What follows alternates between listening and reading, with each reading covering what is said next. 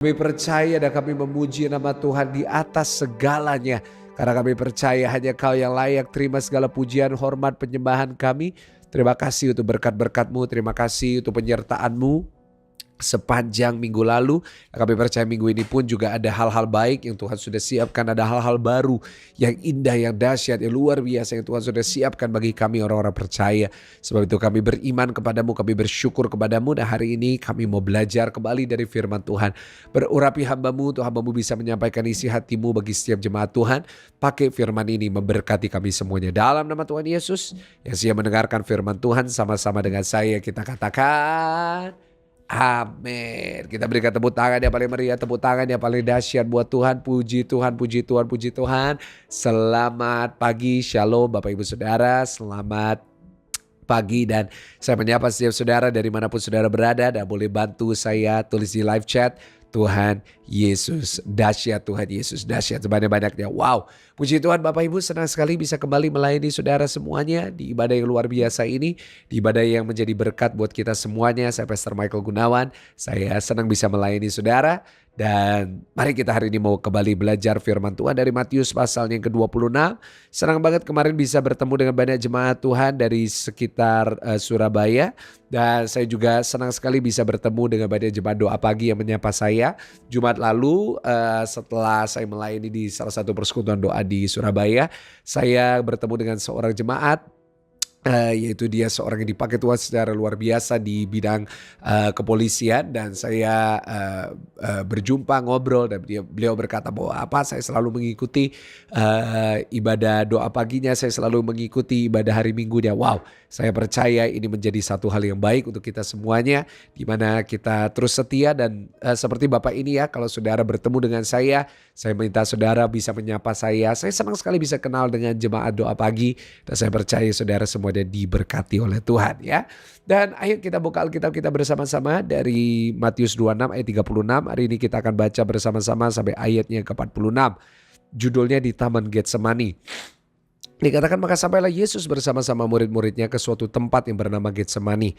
Lalu ia berkata kepada murid-muridnya, duduklah di sini sementara aku pergi ke sana untuk berdoa. Dan ia membawa Petrus, kedua anak Zebedeus sertanya, mulailah ia merasa sedih dan gentar.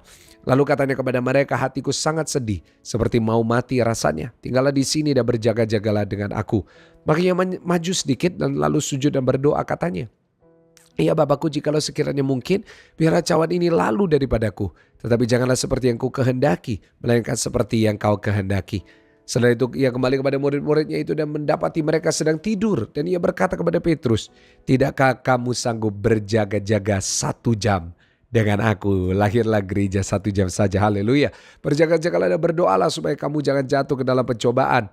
Roh memang penurut tapi daging lemah.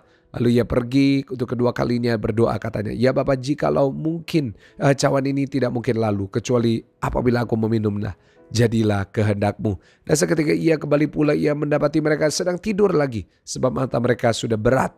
Ia membiarkan mereka di situ lalu pergi dan berdoa untuk ketiga kalinya dan mengucapkan doa itu juga. Sesudah itu ia datang kepada murid-muridnya dan berkata kepada mereka, tidurlah sekarang dan istirahatlah. Lihat, saatnya sudah tiba bahwa anak manusia diserahkan ke tangan orang-orang berdosa. Bangunlah, marilah kita pergi. Dia yang menyerahkan aku sudah dekat. Yang setuju mari bersama-sama dengan saya kita mau katakan amin. Puji Tuhan Bapak Ibu, kita baru saja membaca satu perikop yang kita sudah sering membacanya, tetapi hari ini kita kembali merenungkannya. Dari ibadah doa pagi ini saya berikan judul khotbah hari ini yaitu belajar dari Getsemani. Sama-sama tulis di live chat, belajar dari Getsemani. Kita mau belajar bersama-sama prinsip-prinsip firman Tuhan, prinsip-prinsip yang kita belajar dari Getsemani yang kita bisa praktekin dalam kehidupan kita sehari-hari. Bapak Ibu Saudara, Taman Getsemani adalah sebuah tempat di mana dia berdoa kepada Bapaknya di dalam kisah ini. Tapi tahukah saudara bahwa ini bukan pertama kalinya dia datang ke situ. Tetapi ini adalah tempat di mana Yesus sering datang untuk berdoa. Bapak Ibu Saudara, Getsemani dikenal sebagai satu taman di mana Tuhan Yesus mencurahkan darah yaitu lewat setiap keringatnya. Kenapa? Karena dia begitu ketakutan saudara, karena manusianya dia 100% dan dia dengan kemahatauannya dia tahu apa yang harus dia lalui dan dia sengaja mau mati buat saudara dan saya, menderita buat saudara dan saya. Itu satu hal yang luar biasa. Dan sebelum itu dilaluinya semuanya, dia berada di Taman Getsemani. Jadi saya rasa bahwa Getsemani merupakan satu tempat dan peristiwa ini merupakan satu hal yang sangat penting di dalam kehidupan kita sebagai orang Kristen, di mana kita belajar banyak prinsip-prinsip seharusnya dari doa ini. Sebab itu hari ini kita mau belajar bersama-sama. Saya akan tutup khotbah hari ini dengan menunjukkan kepada saudara ada 3 pelajaran dari Getsemani yang bisa kita pelajari. Ya, mari bersama-sama kita mau pelajari. Yang pertama, kita mau baca di ayatnya yang ke 36 sampai ayatnya ke 37. Dikatakan maka sampailah Yesus bersama murid-muridnya lalu ke tempat yang bernama Getsemani. Lalu ia berkata kepada murid-muridnya, duduklah di sini sementara aku pergi ke sana untuk berdoa. Yang membawa Petrus dan kedua anak Zebedeus sertanya, maka mulailah ia merasa sedih dan getar. Lalu katanya kepada mereka, hatiku sangat sedih, seperti mau mati rasanya. Tinggallah di sini dan berjaga-jagalah dengan aku. Saudara, yang pertama yang saya mau ajarkan kepada jemaat Tuhan dari firman ini adalah dari Getsemani adalah yang pertama, doa adalah solusi tepat saat bermasalah. Sama-sama tulis di live chat, doa adalah solusi yang tepat. Nah, jadi sama-sama sebanyak-banyaknya di live chat tulis, doa adalah solusi yang tepat untuk setiap perkara. Jadi di saat saudara sedang merasa sedih seperti Yesus, dikatakan di ayatnya yang ke-38, Yesus sangat sedih seperti mau mati rasanya. Di sini kita melihat bahwa Yesus sedang sedih, Yesus sedang merasa sebuah kekhawatiran, ketakutan karena dia sedang harus menghadapi satu kenyataan bahwa dia harus disiksa, dia harus dicambuk, dia harus ditampar, dia harus disalib.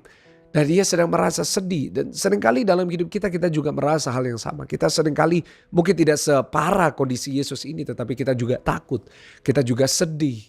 Dikatakan dalam hati, dikatakan seperti mau mati rasanya. Nah saudara, itu yang kita rasakan mungkin di saat keluarga kita hancur, saat anak-anak kita jatuh di dalam dosa, di saat suami kita melakukan hal-hal yang menyakiti kita. Mungkin saudara dan saya diperlakukan dengan tidak adil. Seringkali kita merasa hal yang sama, kita seperti mau mati rasanya. Kita seperti ya kayaknya gak ada pengharapan, kayaknya gak ada kekuatan lagi yang bisa kita miliki atau kita keluarkan dari dalam diri kita. Saya mau katakan kepada saudara, kalau saudara pernah merasa demikian, doa adalah solusi yang paling tepat. Saudara, tidak ada solusi yang lebih baik daripada kita berdoa. Sebab doa orang benar itu selalu besar kuasanya. Sebab itu saudara, di saat Tuhan Yesus menghadapi ketakutan, di saat Tuhan Yesus menghadapi di sini, dia sedang menghadapi sebuah cawan yang sangat berat yang harus dia lalui. Dia datang kepada Tuhan dan dia berdoa. Dia datang kepada Bapanya dan berdoa. Manusianya pada saat ketakutan datang kepada Bapa di surga. Dia adalah Tuhan. Tetapi dia menunjukkan kepada kita sebuah prinsip yang sangat penting, yaitu dia berdoa. Bapak ibu saudara, saya datang kepada saudara hari ini dengan mengingatkan kepada setiap kita bahwa di saat kita berada di dalam titik rendah dalam hidup kita, kita harus berdoa. Di saat kita berada di titik atas dalam hidup kita, kita harus berdoa. Bahkan di titik manapun kita berada di dalam hidup kita, kita harus berdoa. Bahkan kalau saudara dan saya nanti kita perhatikan di saat penyalipan, Tuhan Yesus pun berdoa. Bapak ibu, seringkali banyak orang meremehkan doa. Seringkali ada banyak orang merasa, Pak doa lagi. Memang gak ada nasihat lain. Karena memang yang paling menjengkelkan kadang-kadang kita datang konseling kepada pendeta. Kita datang kepada pendeta dan kita bilang, Pak pendeta tolong doain apa yang harus saya lakukan. Seringkali pendeta cuma jawab, ayo kita doa. Loh, mungkin kadang-kadang kita merasa, Pak saya sudah doa. Tetapi saya mau katakan kepada saudara, saat saudara merasa saudara sudah berdoa, saudara sudah cukup berdoa, saya mau katakan tambah lagi. Tulis di live chat, tambah jam doa. Saat saudara merasa, Pak saya sudah cukup berdoa, enggak, tambah lagi. Kenapa? Doa adalah solusi paling tepat.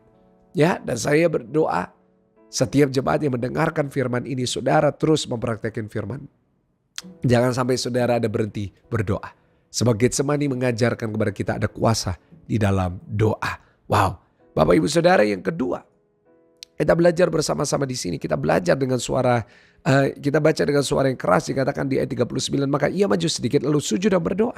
Katanya, ya Bapakku, jikalau sekiranya mungkin biarlah cawan ini lalu daripadaku. Tetapi janganlah seperti yang ku kehendaki, melainkan seperti yang kau kehendaki. Nah, yang kedua hari ini Bapak Ibu kita mau belajar bersama-sama. Apa prinsip dari Getsemani yang kita pelajari? Yang pertama, doa adalah solusi yang tepat. Yang kedua Bapak Ibu Saudara, kita baca dari ayat ini. Doa adalah cara kita berserah. Tulis di live chat, doa adalah cara kita berserah. Ya, doa bukan untuk maksa, doa bukan untuk marah, doa bukan untuk menuntut, tetapi doa adalah untuk berserah. Sama-sama tulis di live chat, doa adalah untuk berserah. Saudara, di sini kita membaca doa dari Tuhan Yesus. Dia menunjukkan kepada kita apa itu arti doa yang benarnya sesungguhnya. Dikatakan, Bapa, jikalau sekiranya mungkin biar cawan ini lalu daripadaku. Wow, Bapak Ibu Saudara, di sini kita melihat satu hal yang luar biasa. Dikatakan di kalimat berikutnya, jangan seperti yang kau kehendaki, melainkan seperti yang kau kehendaki. Inilah doa yang benar. Di mana doa adalah solusi yang tepat. Saat kita berada di dalam persoalan, di titik manapun dalam hidup kita, doa adalah solusi terbaik. Yang kedua, kita belajar di sini bahwa isi doa adalah berserah. Berserah kepada kehendak Tuhan, berserah kepada cara Tuhan yang terbaik. Seringkali kita menjadikan doa menjadi satu alat untuk kita mendapat sesuatu dari Tuhan. Doa seringkali kita jadikan tempat di mana kita maksa Tuhan melakukan sesuatu. Tetapi Tuhan Yesus menunjukkan kita doa yang terbaik. Yaitu bukan kehendakku melainkan kehendakmu. Kita jangan maksain kehendak kita ya Bapak Ibu. Tidak boleh kita suka maksa Tuhan. Tidak boleh kita suka ngatur Tuhan. Maka di dalam doa Bapa kami kita belajar. Jadilah kehendakmu di bumi seperti di surga. Saudara, itulah isi doa yang benar. Bukan di saat kita memaksa Tuhan. Tuhan sembuhkan harus hari ini. Tuhan, aku harus bisa diberkati secara financial hari ini. No, bukan itu. Tetapi kita belajar bahwa doa yang benar adalah di saat saudara dan saya berkata kepada Tuhan, Tuhan, mungkin aku gak mau melalui ini. Aku gak mau menghadapi ini. Tetapi kalau itu memang kehendakmu, aku mau melakukannya. Wow. Bapak Ibu, doa saya, doa kita bisa berubah seperti Yesus. Di mana kita bukan memaksakan kehendak, melainkan kita menyerahkan semuanya kepada Tuhan. Wah, saudara, dikatakan ayat 40, ini poin yang ketiga yang terakhir. Setelah itu ia kembali kepada murid-muridnya, mendapat mereka sedang tidur. Dan ia berkata kepada Petrus, tidakkah kamu sanggup berjaga-jaga 1 jam dengan aku? Berjaga-jagalah dan berdoalah supaya kamu jangan jatuh ke dalam pencobaan. Roh memang penurut, tapi daging lemah. Wow, Bapak Ibu Saudara, di sini yang ketiga kita belajari dari Getsemani, bahwa doa harus disertai dengan perbuatan. Tulis di live chat, doa disertai dengan perbuatan. Dikatakan dia berdoa, tetapi dia juga berjaga-jaga. Artinya apa Bapak Ibu Saudara? Artinya kita harus hidupi doa itu. Kita harus hidupi firman Tuhan. Murid-murid ini disuruh berdoa, tetapi mereka gak melakukan firman. Mereka gak berjaga-jaga. Akhirnya mereka doa sebentar lalu tidur. Bapak Ibu Saudara, kita juga harus doa dan berusaha. Tuhan Yesus, dia berdoa. Tetapi dia juga berusaha saudara. Dia juga melakukan, dia bersyukur. Dia melakukan firman. Yang dia ajarkan sendiri dia melakukan. Bapak Ibu, kalau kita melakukan firman-firman ini, saya punya sebuah keyakinan bahwa doa kita akan sangat powerful. Sayangnya murid-murid ini sebelum mereka melihat Yesus mati di atas kayu salib, mereka semuanya menganggap doa itu hanya sekedar doa dan tidak melakukan apa-apa. Buktinya mereka tidur. Tetapi mereka pada akhirnya belajar untuk berjaga-jaga. Akhirnya mereka bukan coba berdoa, tapi mereka melakukan begitu banyak hal-hal yang luar biasa buat Tuhan.